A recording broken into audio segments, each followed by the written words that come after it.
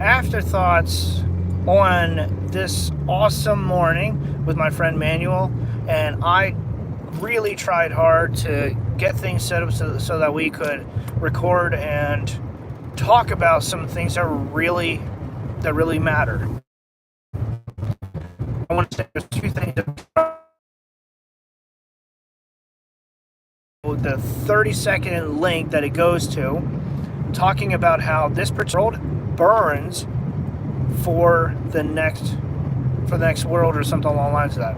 It's in Dark Souls 3. It's relevant. Okay, when you're dealing with rot and corruption, sometimes you literally need to deal with the issue or problem at hand. With people, it's never going to be that cut and dry unless they're in a leadership position, because then it's like you are harming your congregation, you are harming the population, you're harming the community. You need to step down, you need to be dealt with. I want to say in the other one second. I'm pulling over into my home here so I can park. So the other part is just as important as that, but it goes in a different direction. And I would have loved to record this with my friend here because he knows more about idolatry than I do. But the short version is that in the biblical times, these high places and such that were built, they were there to not be the gods, so to speak, but to house the gods. They were homes for these gods, whoever they were. Baal, he's the only one that comes to mind, but there's other ones out there. Building a home, an abode for these spirits, these entities, and going back to the one passage in Daniel where I'm trying to remember who it was. I'm gonna pull this up here with my my iPad. Give me a second, because I downloaded this here. I'm gonna go to Daniel. Daniel, the passage about the Prince of Persia resisted me for X amount of time. I'm gonna read that passage real quick. This kind of this ties into all this too. Alrighty, where are we at? That's in the Old Testament too. Yes, sir, Daniel. What? Read online only. Yes, okay, cool. Prince of Persia. Okay, Prince.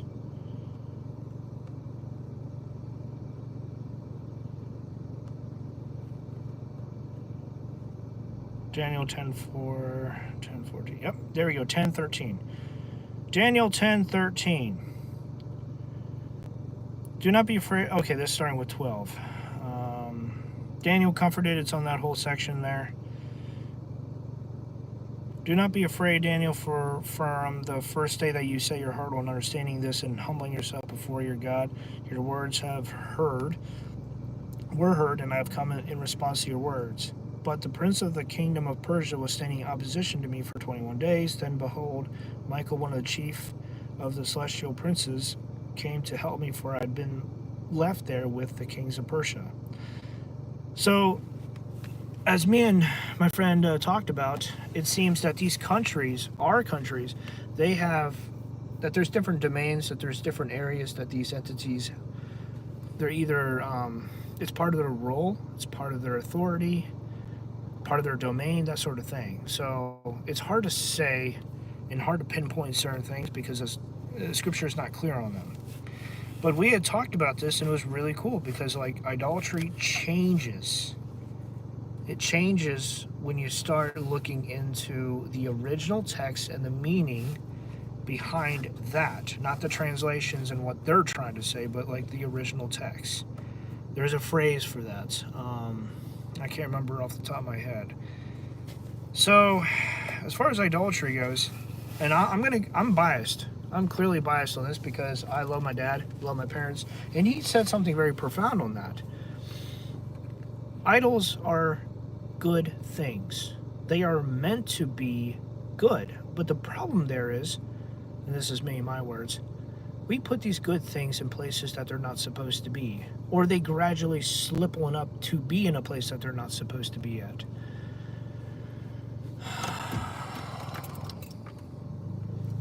Spouses, kids, families, your work, making money, security in the sense of like, I need money in order to make a living, to be comfortable, to get farther in life. Like, money isn't just simply a need, it has become one of the main focuses in your life. And this is tricky because some of the lines are actually blurred. They're not fine. They're not like, when you're clearly overstepping here. Pride tends to color so much. And as Christians, I think Paul addresses that, even indirectly addresses it very well when he talks about like how he's going to boast in Christ. So even something as complex and complicated as pride does shine some light in this area. Idolatry is massive, and to be honest, idolatry sells. Sex sells. You want to sell something, get a hot woman next to a product or whatever, and get her in the picture. Like, idolatry is here to stay because it's what the world turns to. It doesn't turn to the real thing, it turns to the fake. It turns to the manufacturer, the produced. And going back to the conversation that I had with my gym trainer, Tyson, when companies and corporations set or are allowed to set unhealthy standards, they're going to push their products forward to monetize it. Now, this is more of something I'm going to look forward down the road, but I would like to try to be a first responder, and that kind of goes in between the companies that make pills and like the VA that prescribes medication and stuff like that, versus being like a therapist. That's something that interests me that I would like to do. To what capacity and how long this will take, I don't know. I'm still looking into it. This literally just dropped on my lap, and I'm like, wow, I could probably fit here. I fit in between a lot of places, funny enough. In between the church and society. Why not here with in between the veterans and civilians? I know a thing or two. And maybe I can take what I know and learn some more and help other people out. There's different ways of helping others anyway. So, yeah. Idolatry is massive in the sense that it can impact anyone. It will impact anyone, but it could do so with literally anything. Because what we hold to be important, it's going to change every so often, and definitely it will change when you're younger versus when you're older. Like, things will change as we change. In that sense, I point out to my friend Manuel, we are supposed to be like salt, as described in the Bible, to be as preservatives. Things will get worse over time. We're just preservatives in the sense of trying to help those around us. And I think having compassion, some of what we do and some of what we go through helps us build a heart in us that God desires, so that we can have compassion on others like He has compassion on us. Like, without grace, without mercy, I don't think there's a plan. I don't think there's any hope, because, like, there's some atrocities out there that I shake my head to. It's unbelievable. And this is tame right here, but I saw a video and of this guy, random guy who's a criminal, going up behind someone else who's just doing his job, takes a hammer, caves his head in from the backside. And that's tame by other comparisons. Like, the world is a cruel place. And if there was no hope, if there was only justice and there was no love, there was no mercy, there was no God wants everyone to be a part of His family, what's the point of all this? Why not just come down and reset things, end things, just do something? It's hard. It's hard. I'm not getting sidetracked here. I'm just making a point here. the whole thing with idolatry is it's massive, and it's ongoing, like very few other things actually are ongoing, as far as our life is concerned anyway. Very few things ever outlive us, so to speak. Leaving behind a legacy or leaving behind a family. It does tie in a little bit with that. So as far as the other part here, the restoration, I keep it simple. I'll thank my supervisor for that, by the way, because keeping it simple is incredibly helpful. You stay on point, you don't get sidetracked, and when you do get sidetracked, you acknowledge it, and you go right back on point here. Restoration isn't about simply reading the Bible, taking some medication, and, oh, you're fine again. Restoration is an ongoing process, kind of like with sanctification, becoming more pure, becoming more holy. This is a process that you are going through to get to a better place. But the main difference between sanctification and restoration is, are you going to get back to where you were, or are you going to get back higher? Are you going to be healed completely, or is there going to be a thorn in the side left behind? Referencing Paul in the New Testament. Sometimes I think we need the thorn in our side to help keep us humble, to remind us of where we're at in this world, and internal things like making sure that your heart is never hardened. I struggled with pride for years. I thought I knew everything. And frankly, part of my testimony actually ties into that. The entity in my life and the other gift, sometimes I confuse the two because they are directly confusable. I don't like talking about the other side. I only want to be talking about the entity, or talking. If I talk about anything, it'll be talking about stuff involving like church, culture, God, Jesus, other faiths and religions, other points to talk about God, stuff that's similar to that, or the entity in my life and personal stuff. I don't like talking about the other part because there's two parts of my testimony, and frankly, it causes a lot of issues. It causes, especially among Christians, it's already hard enough for them to say, to hear from me when I say that I'm a Christian Taoist, because they're like, huh, what is that? Never heard of that before. It's basically taking the philosophy. I'll go more in depth in video later. I'm holding off on that for the time being. I've been fatigued and burned out, and I just needed some time off from doing videos. But in short, it's taking the philosophy behind Taoism. Taoism is just another phrase for that from what I understand, but I'm not sure if there's a specific meaning behind Taoism with a T versus Taoism with a D. But Taoism is actually what it's called. But it's taking the philosophy from that and then taking the theology from scriptures. And theology is incredibly important, and this is a side topic here, but I'm still working on developing my own theology. And for the love of God, I struggle with this because it's like a point of embarrassment. I'm a Christian, and yet I struggle to name my own theology. And right now, as best thing as I could tell, as I told my friend Manuel, think of it this way. Even though I put the name, why am I drawing a blank on the name now? Monster theology. Even though I threw the name monster onto it, the idea is basically the exact opposite. Where Christians talk about blessings and miracles and hope and joy, there's the other side. You're not starting off in the good and the light. You're starting off in the dark. You're starting off in the parts where you're coming from out of darkness into the light, so to speak. Where there's issues, problems, not just crime and moral degeneracy, I'm not talking about that, but sorry. I am not specifically talking about that, but it is included in there. Because there's a lot of people that come to Christ from out of darkness. We are called out of darkness into the light. And it hits me hard, but I want to make sure I can put this down in a way that others understand. Because again, this is not for everyone. First and foremost, this is not for everyone. Second, For those who find themselves here, it's supposed to help be a guide to get back onto a better, more right or upright relationship with your Creator, with God, with Jesus.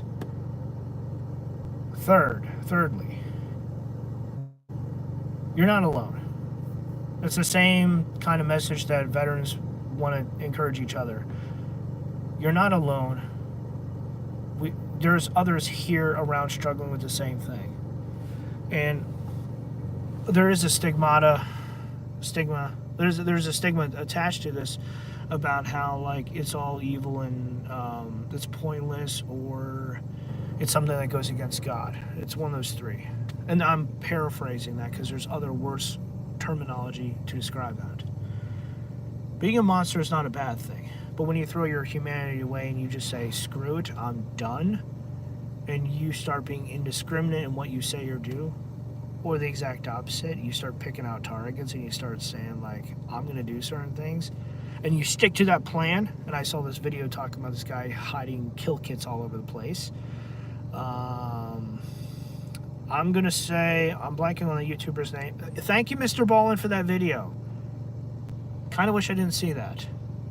But this guy completely, thoroughly disgusted the CIA or FBI or whatever, whoever actually caught him in the end, because this guy hid kill kits everywhere. Not going that route. But part of the problem is those people who've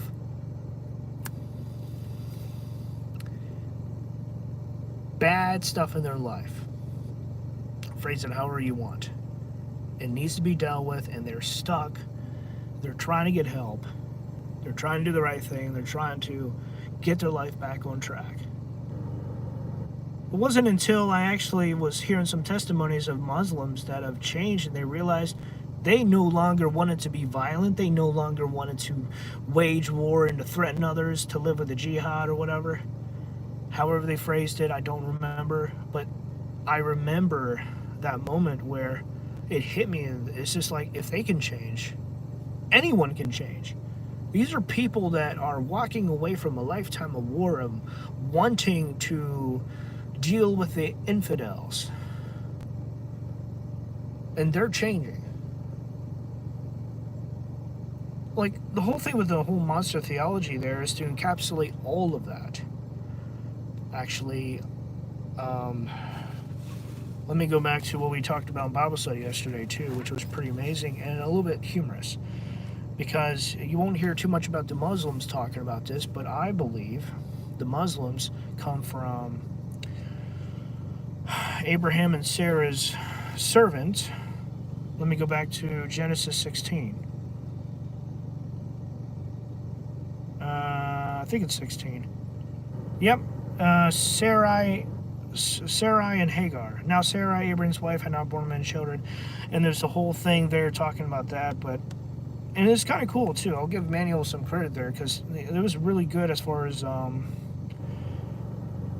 going down to verse 11, where the child was actually named by the one who visited Hagar, who encouraged her to return and to submit to Sarai's authority. And it says, the angel of the Lord continued, behold, you are with child, and you will bear a son, and you shall name him Ishmael. Parentheses, God hears, because the Lord has heard and paid attention to your persecution. Parentheses, suffering. I'm using the AMP version, by the way, the Amplified version. Verse 12, he / Ishmael will be a wild donkey of a man. His hand will be against every man continually fighting, parentheses, and every man's hand against him, and he will dwell in defiance of all his brothers. 13 is important because he highlighted this out in a very interesting way. This could have been Jesus, or it could have been one of the angels that are closer to God, so to speak. The angel of the Lord, so to speak. Then she called the name of the Lord who spoke to her, you are God who sees. For she said, have I not even here in the wilderness remained alive after seeing him who sees me with understanding and compassion? Right here. Verse 13. And it just shifted. So, wild donkey of a man is a funny way to describe it. I want to say I do believe the Muslims are a part of this in some way, maybe as some sort of antagonistic faction or something within the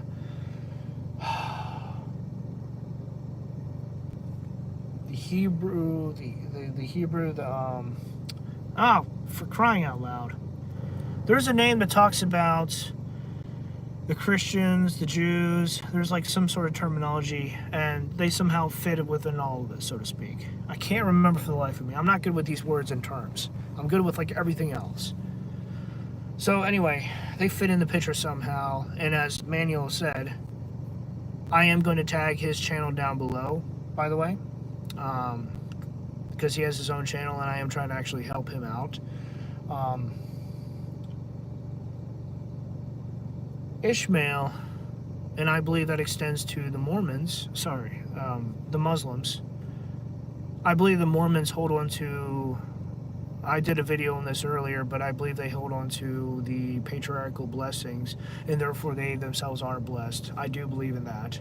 But if they don't hold on to Jesus as being the Christ, Savior, that still isn't going to help you out in the end. But that the Muslims, they themselves are called into, and they themselves are being blessed because they are tied to Abraham. And I think that's the part that the Muslims will always struggle with, is that they are attached to what they are trying to fight against. I mean, it's in their blood, it's in their nature, so to speak, because conflict in the Middle East, and it is synonymous with a lot of spiritual warfare, a lot of demonic activity. My old unit, there's a story I came across that I shared last year about some people in my old company, my old brigade, actually encountering other entities besides myself. And this is actually pretty scary, because it's like, what do you do? How do you deal with this? This is not physical. This is not something you can just scare away and chase off. And the fact that it can follow you from place to place is absolutely horrifying enough. I'm not trying to come at this from like, it's scary, stay away. I'm trying to come up from like, this is real, this is not something to mess with. It is there. But obviously don't give power over it so that it can terrify you. You take ownership, you take charge, and you set boundaries. Keep the strongholds out. Keep the addictions. Keep your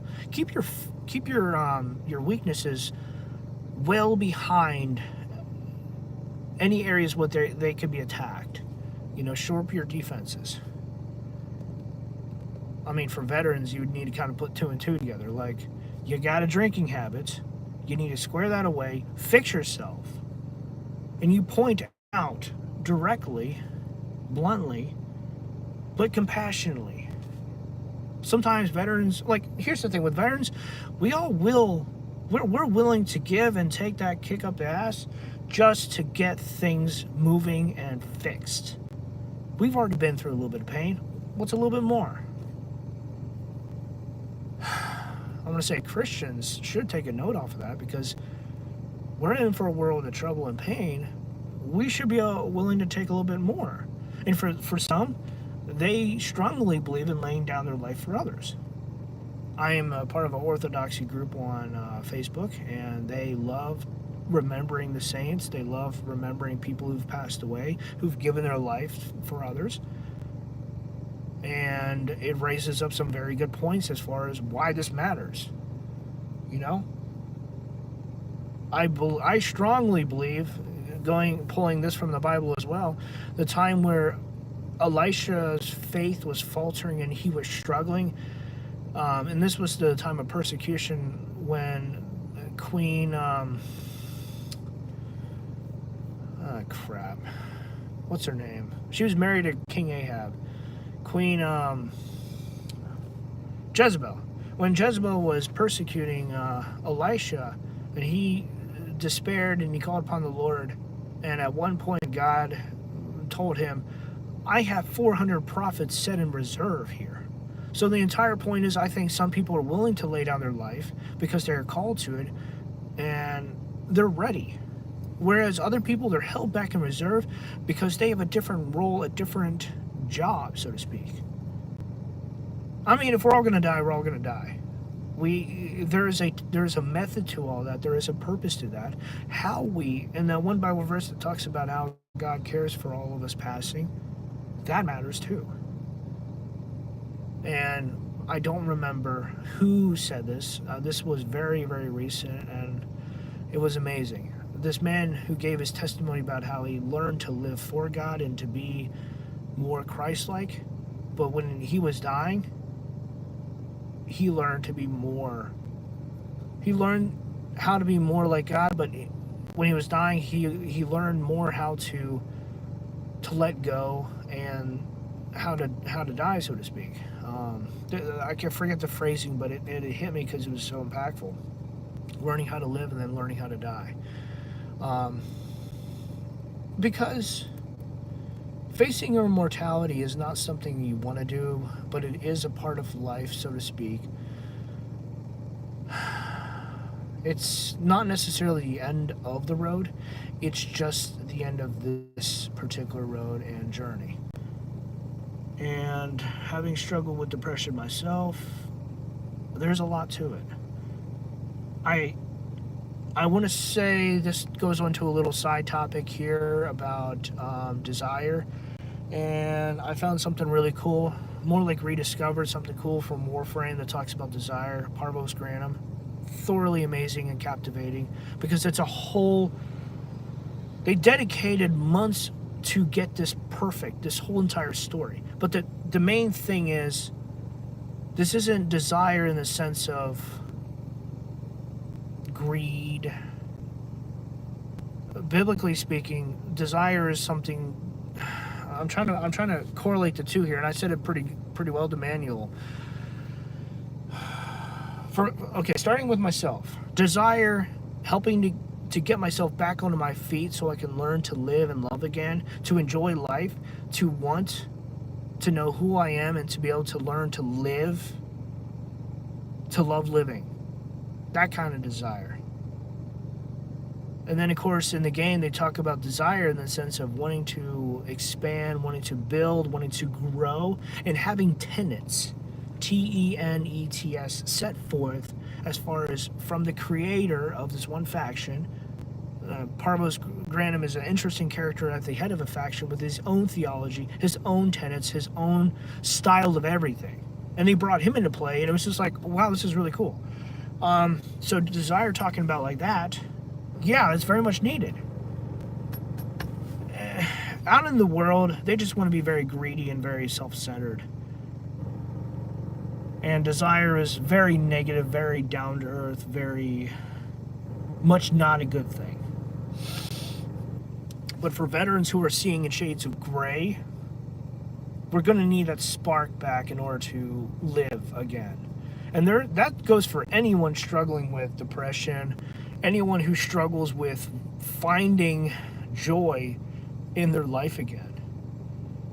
When you lose what you care and love about, it is very hard to get it back.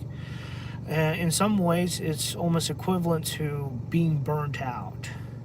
Pastors and preachers who talk about being burnt out, yeah, hits them hard because they have to actually sit down away from what they're used to, sometimes in a whole completely different ball field, and they have to try to go back to the basics, go back to square one and try to figure this stuff out, and not necessarily what went wrong, but how to get back on their feet again. This stuff matters. You know, are you going to live your life? Or are you just going to let certain things pop up and stay in your way? Even if they don't defeat you and you stay stuck, they're going to be in your way they're going to stay there until they're removed. Again, that's the beauty of trauma and tragedy. Sometimes it breaks that stuff so that you can move forward. Obviously, you have to do some processing, you have to do some soul searching, you have to do some going before God and trying to get yourself squared away there. That's like the worst case scenario that works. Trauma and tragedy is the worst case scenario that works. Because once it happens, something ends and something else begins. That could be a whole slew of things.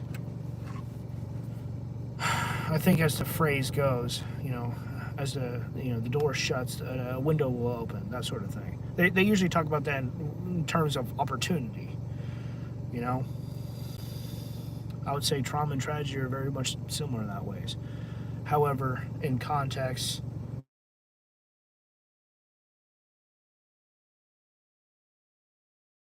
one second. How do I end this thing? Ooh, 30 minutes, not bad. Okay, how do I end? How do I end?